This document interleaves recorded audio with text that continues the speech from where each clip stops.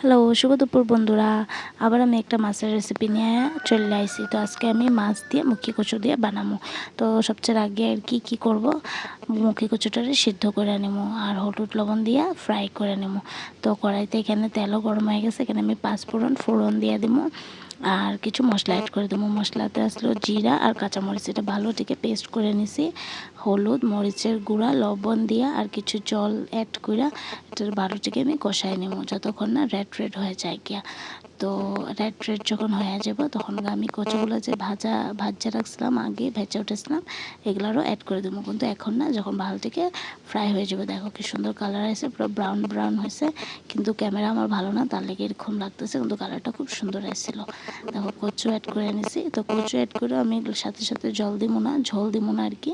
তো কিছুক্ষণ আমি ওয়েট করুম, আরও কিছুক্ষণ, যেটা ভালো থেকে কষাবার লিগে। তো ওই দেখো মাছগুলো আমি ভেজে রেছিলাম, পুরো শুটকি মাছ লাগতেছে। তারপরে দেখো কচু অ্যাড হয়ে গেছে। তারপর কচু অ্যাড না মানে কষানো হয়ে গেছে গা। তারপর আমি এক কড়াইটার মধ্যে ঝোল দিয়ে দেবো, ঝোল দিয়ে ওয়েট করুম। 2000 years later. দেখো আমার বুলবুলিও উঠে গেছে গা, জাল হয়ে গেছে মানে।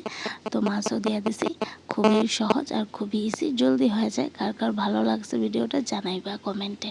থ্যাংকস।